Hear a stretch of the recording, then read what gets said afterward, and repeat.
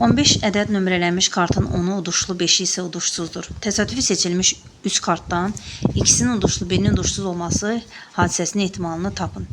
Deməli 15 kartımız var. Bunlardan 10'u uduşludur, plus qoyaq. 5'i isə uduşsuzdur, minus qoyaq. Və 3 kart seçiləcək. İkisi onundan, biri isə buradan olmalıdır. Deməli, olacaq onda ifadəmiz. Kombinezon 10'dan ikisi vurulsun. Kombinezon 5'dən biri. Məxrəcdə isə mümkün halların sayı, yəni kombinezon 15'dən 3'ü.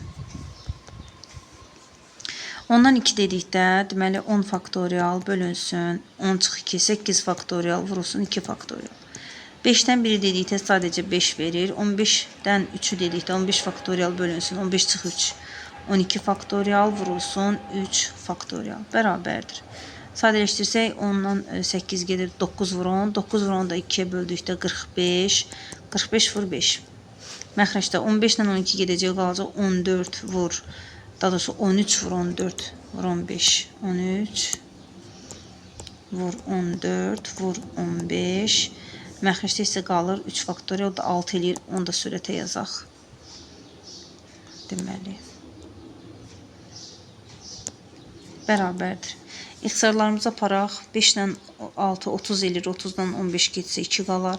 2 ilə də 14 gedər. Burada 7 qalar. Deməli, məxrəcdə 7 vurulsun 13, yəni 91. Sürətdə isə 45 qalır.